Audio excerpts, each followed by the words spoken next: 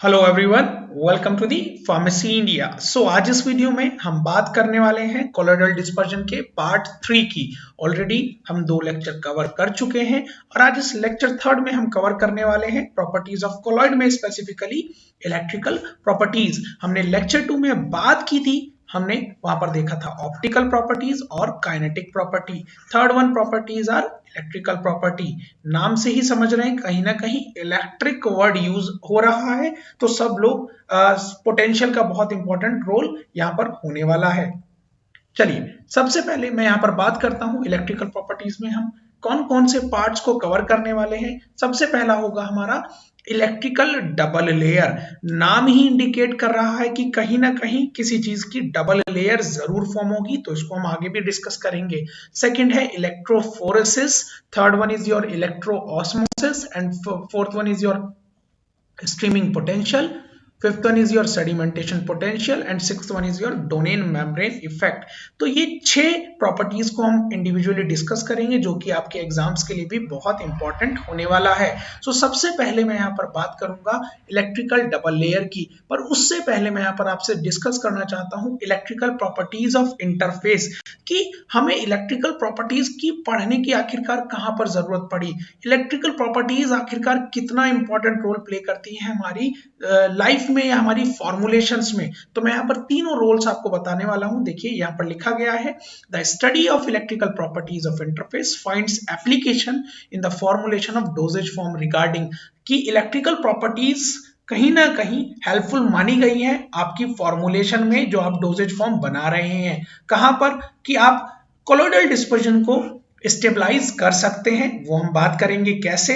Second one, आप flocculated suspension को भी बना सकते हैं इलेक्ट्रिकल प्रॉपर्टीज के थ्रू चलकर। Third one is your emulsion को भी आप स्टेबलाइज कर सकते हैं। अभी हमने यहां पर बात की कि क्या क्या इंपॉर्टेंट रोल हो सकते हैं। अब बात करेंगे हम इलेक्ट्रिकल डबल लेयर की। मैं यहां पर ईडीएल लिख रहा हूं, तो देखिए नाम से ही समझ रहे हैं कि कहीं ना कहीं डबल लेयर फॉर्म हो रही है। डबल लेयर फॉर्म किसकी हो रही है? वो हो रही है चार्ज की। किस लिए हो रही है? कि कोलॉइड को हमें स्टेबल करना है। सबसे पहले हमें उसका ऑब्जेक्टिव पता होना चाहिए कि कोलॉइड को स्टेबल करने के लिए हम यहाँ पर डबल लेयर फॉर्म कर रहे हैं। अब चलिए, आपके यहाँ सामने एक एग्जांपल है, this is your beaker. Let's suppose इसको हम यहाँ पर बीकर मान लेते हैं और बीकर में हमारा डिस्पर्जन मीडियम दिया गया है और ये हमारे पास है डिस्पर्स्ड फेज। ये डिस्पर्स फेज हुआ। अब मैंने स्टार्टिंग से ही आपको हमेशा बताया है कि आपका जो डिस्पर्स फेज है वो कोई ना कोई इसके पास चार्ज होगा। चलिए मैं मान लेता हूं कि इसके पास पॉजिटिव चार्ज है, मैं ये भी मान सकता था कि इसके पास नेगेटिव चार्ज है, ठीक है, मैं ये भी मान सकता था। और अब यहां पर दूसरी चीज, ये जो डिस्पर्जन मीडियम है इसमें आपका पॉजिटिव भी होगा, नेगेटिव भी होगा, पॉजिटिव भी होगा, नेगेटिव भी होगा, सारे चार्ज इसमें अवेलेबल होंगे आपके। तो ये चीज याद रखिएगा, पॉजिटिव नेगेटिव। अब थर्ड पॉइंट इसमें एक चीज मैं यहां पर क्लियर कर देता हूं, वो चीज ये है कि आप जब इसको डिस्पर्ज करोगे डिस्पर्जन मीडियम में, डिस्पर्ज पार्टिकल को डिस्पर्ज करोगे, तब हम पढ़ेंगे जीटा पोटेंशियल। याद रखिएगा, जीटा पोटेंशियल क्यों पढ़ रहे हैं? क्योंकि जो पार्टिकल है वो इनसॉल्युबल है, इनसॉल्युबल है, याद रखिएगा, इनसॉल्युबल है। अगर ये सॉल्युबल हो जाता, अगर ये सॉल्युबल हो जाता तो हम पढ़ते फिर नर्स्ड पोटेंशियल, नर्स्ड पोटेंशियल हम पढ़ते। अब चलिए मैंने यहां पर अब इस पार्टिकल को मैंने यहां पर इसके अंदर डिस्पर्स कर दिया। वो हम कैसे समझेंगे, ये आपके सामने एक डायग्राम दिखा देता हूं। तो चलिए देखिए, मैंने अभी स्टार्टिंग में बताया था आपको कि ये पॉजिटिव पार्टिकल है और मैंने आपको ये भी बताया था कि आपके डिस्पर्जन मीडियम में आपका पॉजिटिव चार्ज भी होगा, नेगेटिव भी होगा, पॉजिटिव भी होगा और नेगेटिव भी होगा। तो अब ये पॉजिटिव जो चार्ज है वो किसको अट्रैक्ट करेगा? जाहिर सी बात है, पॉजिटिव चार्ज है तो नेगेटिव को अट्रैक्ट करेगा। मैं यहाँ पर नेगेटिव बता देता हूँ आपको, ये आप यहाँ पर समझ के चलिए, मैं इसको क्लियर कर देता हूँ। ये आपका पॉजिटिव पार्टिकल है तो वो नेगेटिव को अट्रैक्ट करेगा, वो नेगेटिव को अट्रैक्ट करेगा। ये इसने एक नेगेटिव वाली लेयर बना ली।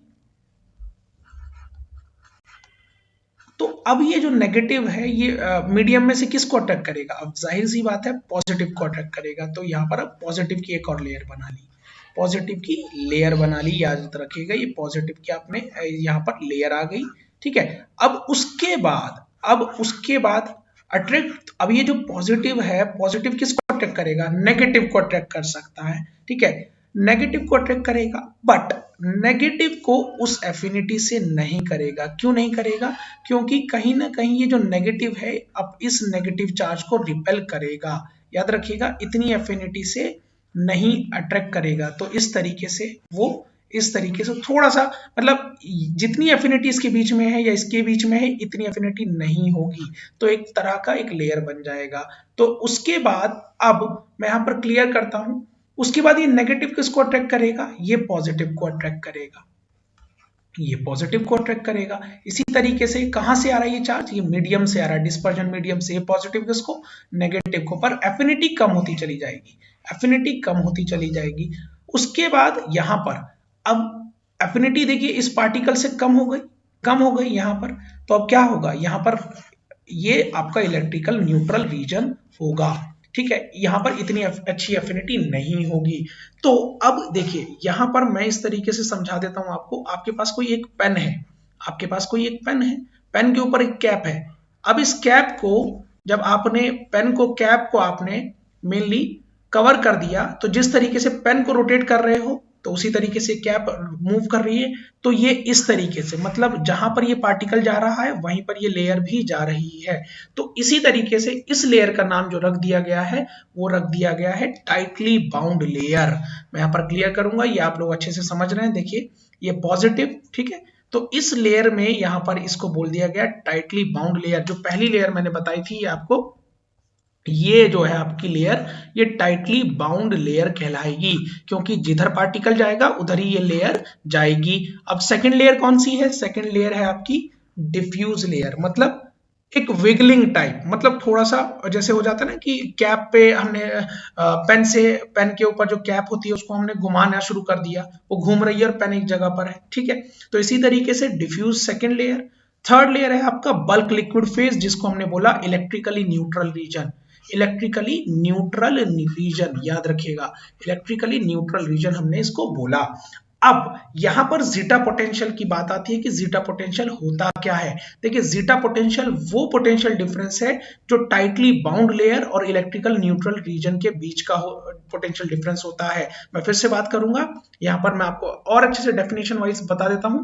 सबसे पहले देखिए जीटा पोटेंशियल मैं यहां पर क्लियर कर रहा हूं, इस चीज को आप आगे चलिएगा पढ़ते हुए। That zeta potential can be defined, or it is an electrokinetic potential. It is a difference in the potential between the surface of the tightly bound layer and the electroneutral region of the solution. और वहीं पर हमारा जो nurse potential होता है, Nernst potential है electrodynamic potential, defined as the difference in potential between the actual surface and the electrical neutral region of the solution. तो इसको हमने बोला नर्स पोटेंशियल। नर्स पोटेंशियल हम कब पढ़ेंगे? जब हमारा पार्टिकल्स या तो सॉल्युबल हो जाता या सॉल्यूशन बन जाता। यहाँ पर इनसॉल्युबल फॉर्म में है तो हम जीटा पोटेंशियल को पढ़ रहे हैं। तो ये चीजें क्लियर हो गई। चलिए आगे मैं बात करता हूं। अभी तक हमने बात की इलेक्ट्रिकल डबल लेयर की, अब आगे हम बढ़ते हैं, आगे हम पढ़ने वाले हैं इलेक्ट्रोफोरेसिस। याद रखिएगा फोरेसिस और इलेक्ट्रो वर्ड इसमें भी है। तो what do you mean by electrophoresis? Electrophoresis आपका कहीं ना कहीं कहते हैं इसको movement of colloidal particle under the influence of electric field. कहीं ना कहीं कोलॉइडल पार्टिकल्स का मूवमेंट कराना, मूवमेंट कराना कब?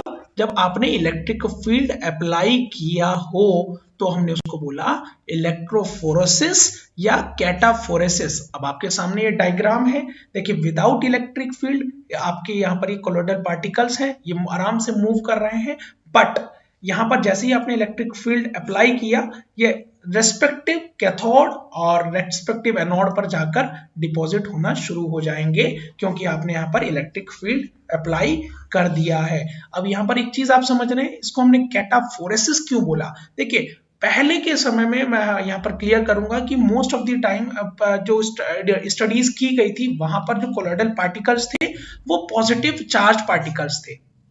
तो जो पॉजिटिव चार्ज पार्टिकल है वो कहां पर जाएंगे? पॉजिटिव जो चार्ज पार्टिकल है वो कैथोड की तरफ को मूव करेंगे, कैथोड की तरफ को मूव करेंगे, तो इसीलिए बोल दिया कैटाफोरेसिस।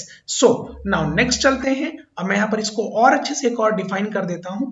इसको समझिएगा that when an electric field is applied to a colloidal dispersion, जब इलेक्ट्रिक फील्ड को अप्लाई किया जाता है colloidal dispersion में, तो जो पार्टिकल्स चार्ज कैरी करते हैं, या तो वो नेगेटिव हो या पॉजिटिव हो, वो मेनली मूव करते हैं उसके अपोजिट इलेक्ट्रोड पर। जैसे कि मैं यहां पर क्लियर करता हूं, जो नेगेटिवली चार्ज पार्टिकल होगा, जैसे कि केओलिन होता है, सल्फर होता है, वो आपका एनोड की तरफ को जाकर अट्रैक्ट होंगे। वहीं पर पॉजिटिवली जो चार्ज पार्टिकल है, जैसे कि फेरिक ऑक्साइड और अदर मेटल हाइड्रोक्साइड्स, वो आपके कैथोड पे जाके अट्रैक्ट होंगे। तो ये चीज यहां पर मैं फिर से क्लियर करता हूं, movement of colloidal particles under the influence of electric field is known as electrophoresis. ये यहां पर आई होप आप सभी लोगों को क्लियर हो गया होगा। सो आगे बात करते हैं। आगे नेक्स्ट है हमारा electro osmosis, and I hope हमने अभी तक इलेक्ट्रोफोरेसिस देखा, अब यहाँ पर इलेक्ट्रो ऑस्मोसिस। देखिए, दो वर्ड से बना है, इलेक्ट्रो से बना है, ऑस्मोसिस से बना है। तो सबसे पहले मैं यहाँ पर क्लियर करूंगा, हमें ऑस्मोसिस क्लियर होना चाहिए कि ऑस्मोसिस आखिरकार होता क्या है। सो ऑस्मोसिस एक ऐसा प्रोसेस है जहां पर मॉलिक्यूल्स जो होते हैं सॉल्वेंट के हमारे लो कंसंट्रेशन से किसी सॉल्यूशन के हाई कंसंट्रेशन की तरफ को ट्रेवल करते हैं वाया सेमी परमेबल मेम्ब्रेन, जब तक हमारा कंसंट्रेशन इक्वल ना हो जाए दोनों साइड मेम्ब्रेन के। It means osmosis is a process by which the molecules of a solvent pass from low concentration to a solution of high concentration through a semi-permeable membrane until the concentration becomes equal on either side of the membrane। तो यहाँ पर हमने बात की अभी osmosis क्या होता है। अब यहाँ पर वर्ड आया है इलेक्ट्रो, तो कहीं ना कहीं इलेक्ट्रिक चीज या पोटेंशियल का यूज हो रहा है, तो उसको भी समझ लेते हैं। That the molecules of the dispersion medium are allowed to move under the influence of electric field. अब मैं यहां पर इसको आपको क्लियर कर देता हूं, ये आपका जो इलेक्ट्रो ऑस्मोसिस है वो कहीं ना कहीं आपका रिवर्स है इलेक्ट्रोफोरेसिस का। यहां पर जो डिस्पर्जन मीडियम है उसके मॉलिक्यूल्स मूव कर रहे हैं। इस बात को समझिएगा। इलेक्ट्रोफोरेसिस में क्या हो रहा था, इलेक्ट्रोफोरेसिस में पार्टिकल्स जो हैं, जो कोलोइडल पार्टिकल्स हैं, वो मूव कर रहे थे, पर यहां पर डिस्पर्जन मीडियम के मॉलिक्यूल्स मूव कर रहे हैं जब आपने इलेक्ट्रिक फील्ड को अप्लाई किया है। So whereas colloidal particle not allowed to move, known as electro osmosis. मतलब कोलोइडल पार्टिकल्स हैं वो मूव नहीं करेंगे और आपका डिस्पर्जन मीडियम के मॉलिक्यूल्स मूव करेंगे। मैं यहां पर लिख देता हूं, मॉलिक्यूल्स मूव इलेक्ट्रिक फील्ड जब आप अप्लाई कर रहे हैं। तो ये आपको आसान भाषा में यहां पर मैंने बता दिया। सो और बात मैं यहां पर क्लियर करता हूं।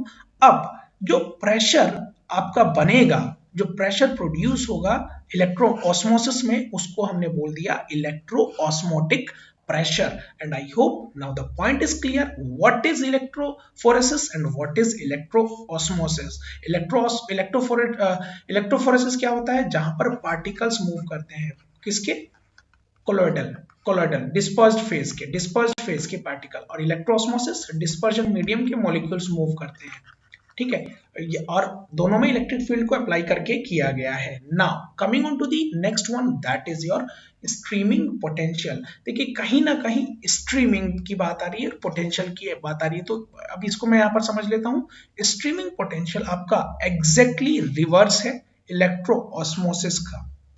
कैसे, इस चीज को समझिएगा। देखिए, इलेक्ट्रो ऑस्मोसिस में क्या हो रहा था, फ्लो ऑफ फ्लूइड, मतलब डिस्पर्जन मीडियम जब फ्लो कर रहा था तो किसकी वजह से फ्लो कर रहा था, ड्यू टू अप्लाइड पोटेंशियल। मतलब आप जो आपका डिस्पर्जन मीडियम है वो आपका फ्लो कर रहा था, कब, जब आपने इलेक्ट्रिक फील्ड अप्लाई किया। ठीक है, इलेक्ट्रिक फील्ड अप्लाई करने पर आपका डिस्पर्जन मीडियम फ्लो कर रहा था। इस बात को समझ गए। नाउ तो स्ट्रीमिंग पोटेंशियल क्या है, स्ट्रीमिंग पोटेंशियल जैसा कि बता रहे हैं कि उल्टा है। कैसे कि स्ट्रीमिंग पोटेंशियल में आपका जब लिक्विड फ्लो कर रहा है, जब लिक्विड फ्लो कर रहा है ये लिक्विड आपका एक पोटेंशियल जनरेट कर रहा है, एक पोटेंशियल को डेवलप कर रहा है और उसका नाम रख दिया हमने स्ट्रीमिंग पोटेंशियल। इस बात को इस तरीके से समझेंगे that in streaming potential the potential is developed due to flow of liquid, मतलब जो लिक्विड फ्लो कर रहा है उसकी वजह से एक पोटेंशियल जनरेट हो रहा है जिसको हमने बोल दिया स्ट्रीमिंग पोटेंशियल, इसीलिए इसको बोला कि ये उसका उल्टा है। तो इसके बारे में एक दो बातें और पढ़ लेते हैं that it is possible to measure the streaming potential by using reversible electrode like calomel electrode, मतलब कैलोमल इलेक्ट्रोड से हम स्ट्रीमिंग पोटेंशियल को पता कर सकते हैं। आगे बात करते हैं आगे that such electrodes are kept at two ends of the membrane and potential difference arising due to the passage of water or liquid is measured. So I hope now streaming potential is also clear. Now coming on to the next point, that is your mainly sedimentation potential. What do you mean by sedimentation potential? Sedimentation potential जैसा कि इसका नाम ही indicate कर रहा है that it is the potential difference set up between top and bottom of a suspension of solid particles in liquid when the particles settle under the influence of gravity। मतलब ये potential difference है, potential difference है किसका, top और bottom, top और bottom, ये top और bottom किसका है, सस्पेंशन का है, ठीक है, याद रखिएगा सस्पेंशन का है। और जब पार्टिकल्स सेटल डाउन कर रहे हैं under the influence of gravity में, तो इन दोनों के बीच का पोटेंशियल डिफरेंस है। ये आई होप सभी लोगों को भी क्लियर हो गया होगा। Now coming on to the last property of this, that is your Donnan membrane effect. Donnan membrane effect होता क्या है, इस बात को हम एक स्टेटमेंट से समझते हैं, बहुत ध्यान से समझना है आप लोगों को that when a solution of electrolyte, electrolyte क्या होता है, electrolyte में पॉजिटिव चार्ज भी हो सकता है, नेगेटिव चार्ज भी हो सकता है, containing a non diffusible ion is separated by means of semi permeable membrane from a solution having both diffusible ions, then it is found that the electrolytes gets unequally distributed। इस बात को इस तरीके से समझिएगा, जब एक सॉल्यूशन में इलेक्ट्रोलाइट रहता है और उसके अंदर नॉन डिफ्यूजिबल आयन भी है और उसको सेमी परमेबल मेम्ब्रेन से सेपरेट किया गया है और उसके अंदर डिफ्यूजिबल आयन भी है, तो जो इलेक्ट्रोलाइट है वो अनइक्वली डिस्ट्रीब्यूट हो जाता है। इसको हम डायग्राम से एक बात करते हैं, ये चलिए ये आपको यहाँ पर अच्छे से क्लियर कर देंगे दैट देखिए ये आपके पास सोडियम क्लोराइड है, ये डिफ्यूजिबल है, तो इसको हम जब तोड़ते हैं तो हमें क्या मिलता है, Na positive and Cl negative, और ये जो NaR है ये आपका नॉन डिफ्यूजिबल है। तो यहाँ पर नॉन डिफ्यूजल की भी बात की गई थी और यहाँ पर डिफ्यूजिबल की भी बात की। अब चलिए मैं इसको ऐसे समझा लेता हूं कि जैसे NaCl जो है मेनली इसको और NaR को सेपरेट किया गया सेमी परमेबल से, बट जो ये NaCl है, ये NaCl तो आपका मतलब Na पॉजिटिव भी और Cl नेगेटिव भी डिफ्यूज हो सकता है इन पेयर, मतलब Na भी उतना ही आएगा, Cl भी उतना ही आएगा पेयर में, ठीक है। सो इसकी वजह से हमारा जो इलेक्ट्रिकल न्यूट्रलिटी है वो डिस्टर्ब नहीं होगा, इलेक्ट्रिकली डिस्टर्ब नहीं होगा, तो आराम से यहाँ पर Na पॉजिटिव आ सकता है और Cl नेगेटिव आ सकता है। बट अगर लेट सपोज यहाँ पर आपके सामने दिया गया है H2O के केस में, जब आपका ये NaR नॉन डिफ्यूजिबल है और H2O यहाँ पर दे दिया इन कंपैरिजन टू दी, तो यहाँ पर इस चीज को इस तरीके से बोला गया that if we will place water and NaR in two compartments then sodium ion, जो ये इसका सोडियम आयन है, जो ये सोडियम आयन है इसका Na पॉजिटिव जो आएगा ये डिफ्यूज नहीं हो सकता, बिकॉज अगर ये डिफ्यूज हुआ तो इसकी वजह से इलेक्ट्रिकल न्यूट्रलिटी हमारी डिस्टर्ब होगी और इसी की फिनोमिना को, इसी distribution of an electrolyte in presence of non diffusible ion was predicted by Gibbs ने सबसे पहले दिया था और इसी को हमने बोला, इसी इक्विलिब्रियम को बोला हमने डोनेन इक्विलिब्रियम, क्योंकि बाद में ये डोनेन ने डेमोन्स्ट्रेट किया था। सो आई होप आपको यहाँ पर डोनेन मेम्ब्रेन इफेक्ट और डोनेन इक्विलिब्रियम क्लियर